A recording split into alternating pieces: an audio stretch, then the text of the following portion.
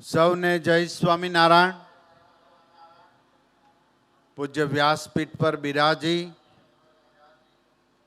હજારો હજારો યુવાના દિલ સુધી હનુમાન ચરિત્ર, હનુમાન ગાથા ગુંજતી કરી છે એવા યુવા કથાકાર પૂજ્ય સ્વામી,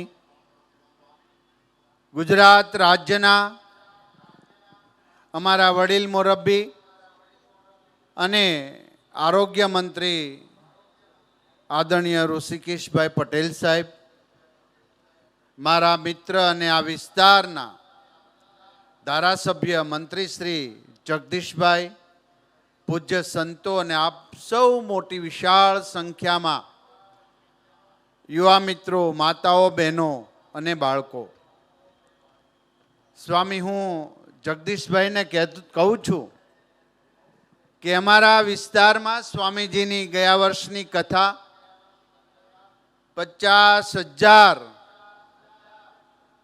યુવાનોની બેઠક વ્યવસ્થા પણ છેલ્લા દિવસોમાં ઘટી હતી। આ એક નવી શરૂઆત છે। રાષ્ટ્રની સંસ્કૃતિ અને ધર્મને જ્યારે વ્યાસપીઠથી સાંભળતા હોય ને ત્યારે નવા યુગની શરૂઆત થતી હોય છે। આ દેશ પર ચારે દિશાઓથી શુભ પવનો પ્રાપ્ત થઈ રહ્યા છે, શુભ વિચારો પ્રાપ્ત થઈ રહ્યા છે।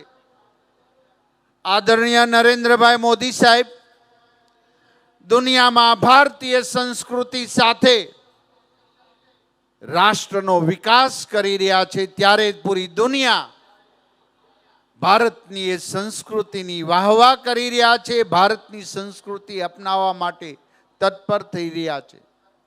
મને એ ગર્વ છે કે આવા સંત પુરુષો જેમ આજે દેશનું શાસન કરી રહ્યા છે, ત્યારે એ શાસનની અંદર આપ સૌ મોટી સંખ્યામાં એક નાનો સંકલ્પ રાષ્ટ્રને વિકાસની અંદર બહુ મોટી એમાં પોતાનું યોગદાન હશે।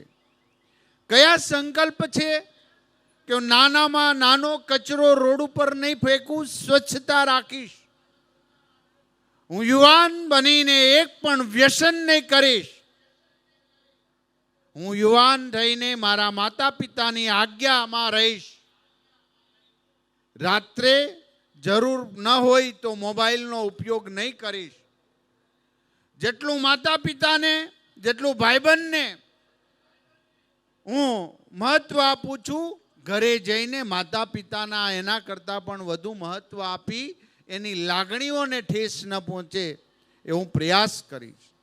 હે વીરો, રાષ્ટ્રની આવી ગાથાઓ હોય જ્યાં સાક્ષાત હનુમાનજી અમર છે, અજર છે, એ કથા સાંભળીને જ્યારે આપણે કૃત્ય થતા હોય ત્યારે સારંગપુરના એ પટાંગણની અંદર સ્વામિનારાયણના એ સંતો 200 વર્ષથી દાદાની સેવા પૂજા કરી હનુમાન કથાઓ લોકો સુધી પહોંચાડી રહ્યા છે, ત્યારે આયોજક મિત્રો, પૂજ્ય વ્યાસપીઠ, સૌને નમન કરું છું, સૌને પ્રણામ કરું છું।